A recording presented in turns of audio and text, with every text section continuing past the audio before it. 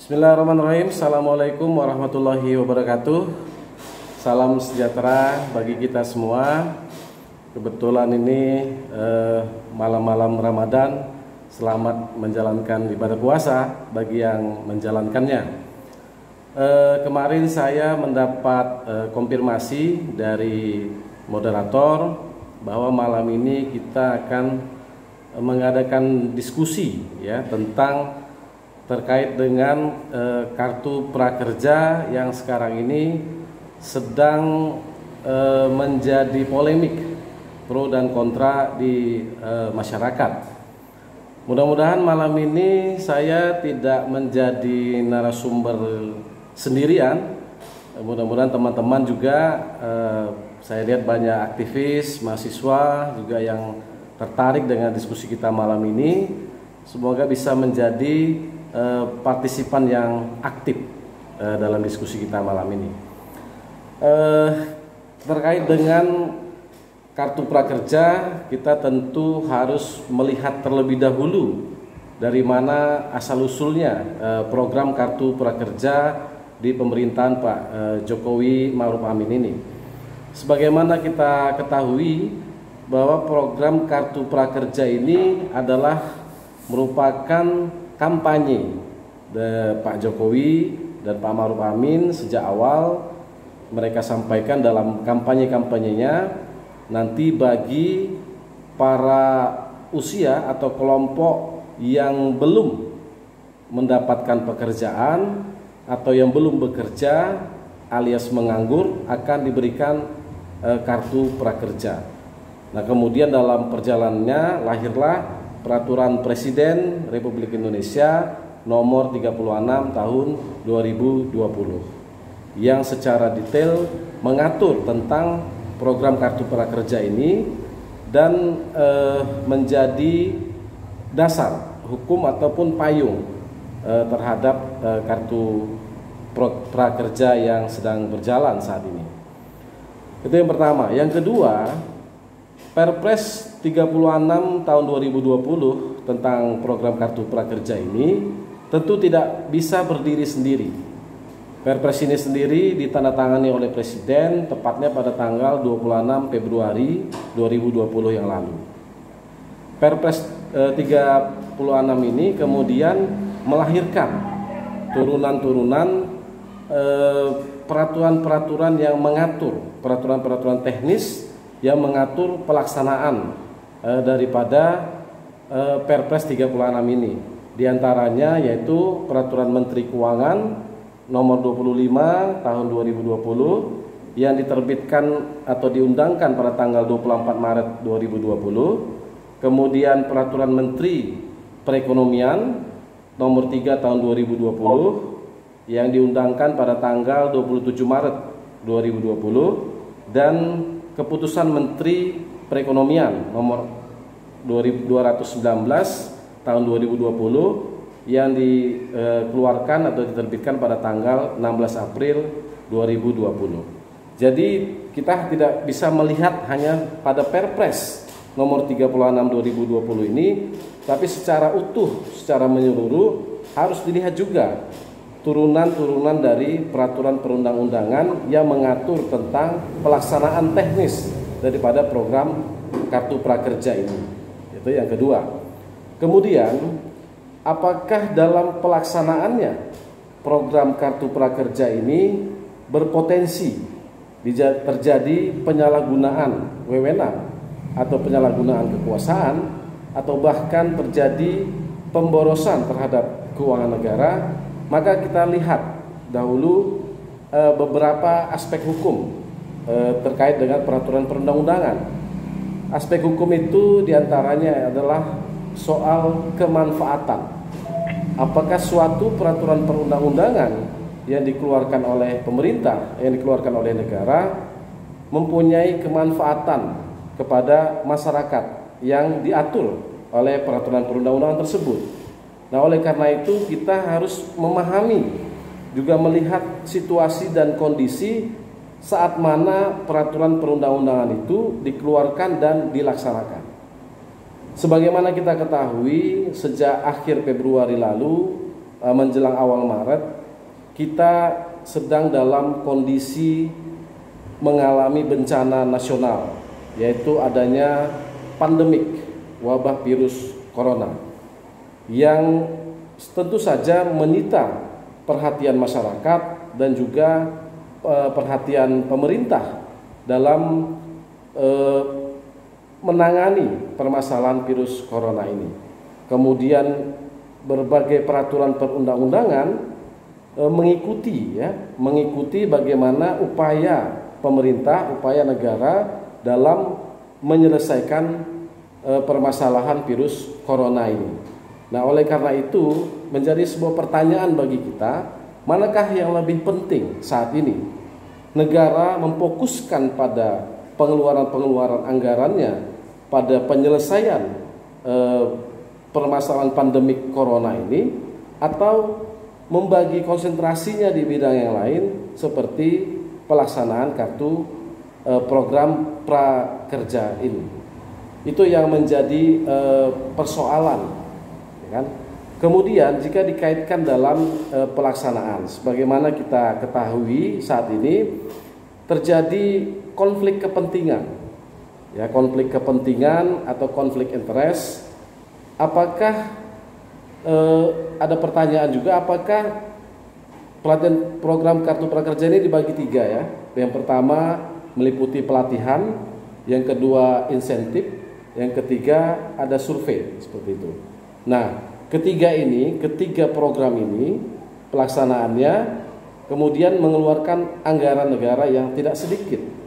Ya, diperlukan anggaran negara sekitar 5,6 triliun rupiah, gitu. Nah, kemudian dalam perkembangannya, dalam peraturan presiden tersebut mengatur bahwa pemerintah, ya, atau komite yang ditunjuk untuk melaksanakan program kartu prakerja ini akan melibatkan berbagai platform, ya, platform digital. Kan begitu, platform digital itu salah satu diantaranya yang sebagaimana kita ketahui itu adalah Ruang Guru, gitu ya, di mana CEO dari Ruang Guru ini adalah saat itu adalah staf khusus presiden sebelum yang bersangkutan mengundurkan diri dari jabatan itu. Nah, kemudian pertanyaannya adalah apakah program kartu prakerja ini kemudian dapat menimbulkan, ya, konflik kepentingan atau konflik of interest tadi, gitu, ya kan? Kenapa pelatihan ini harus dilaksanakan secara online atau daring, ya kan?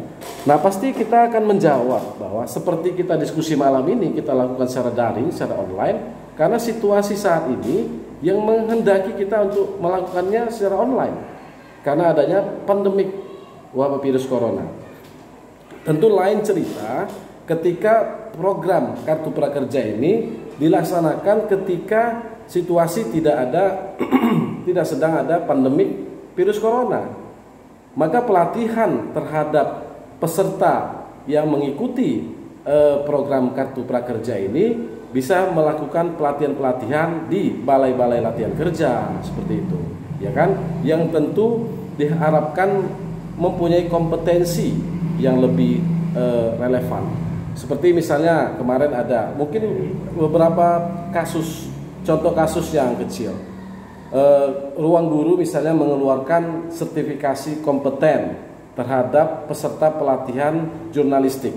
Pertanyaannya adalah apakah memang, ya, Ruang Guru mempunyai kompetensi untuk mengeluarkan sertifikat yang menyatakan seseorang kompeten dalam bidang jurnalistik?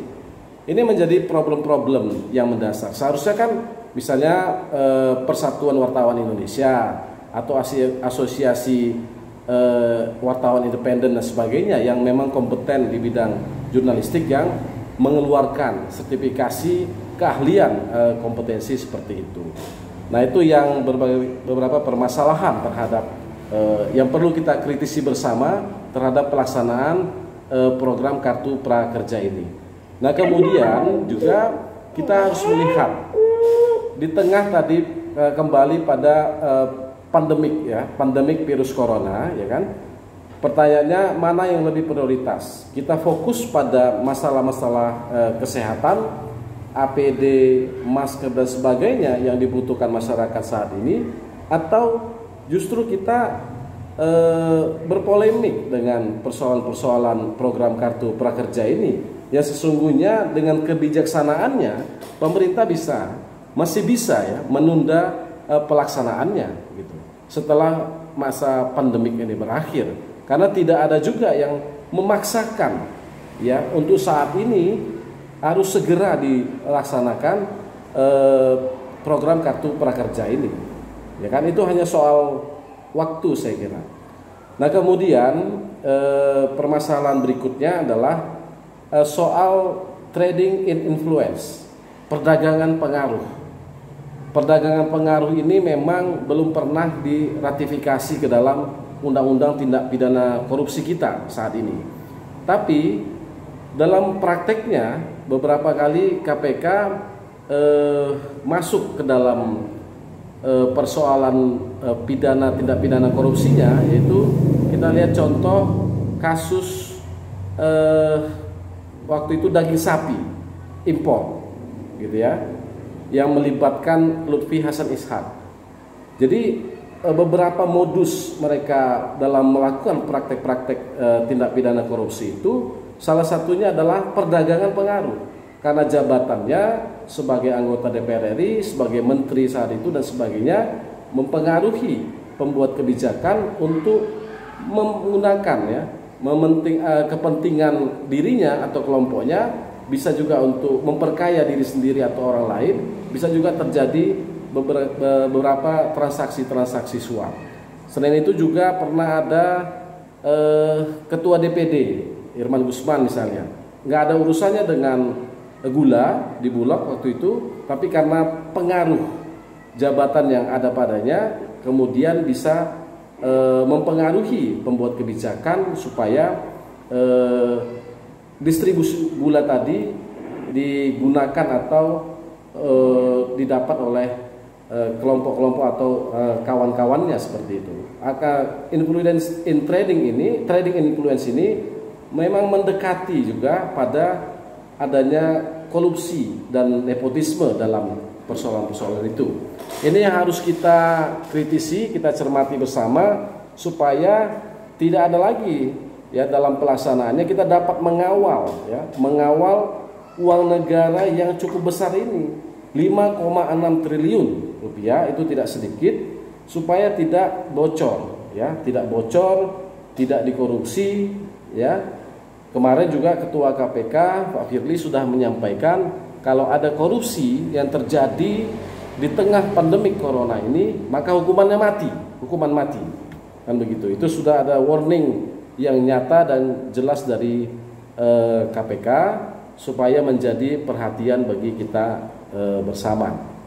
Nah saya kira peraturan Presiden nomor 36 tahun 2020 ini beserta tadi turunannya, ada peraturan Menteri Keuangan, peraturan Menteri Perekonomian sebagai komite yang bertanggung jawab terhadap pelaksanaan program kartu prakerja ini harus benar-benar memikirkan ulang apakah memang tepat saat ini pelaksanaan program kartu prakerja ini, mengingat kita sedang dalam situasi bencana nasional di mana kita diperlukan konsentrasi dan fokus bekerja pemerintahan dalam menyelesaikan berbagai permasalahan yang terjadi saat ini. Saya kira itu dulu moderator, mungkin bisa kita lanjutkan dalam diskusi dengan teman-teman peserta kita malam ini. Terima kasih. Oke, terima kasih Bang Fadli.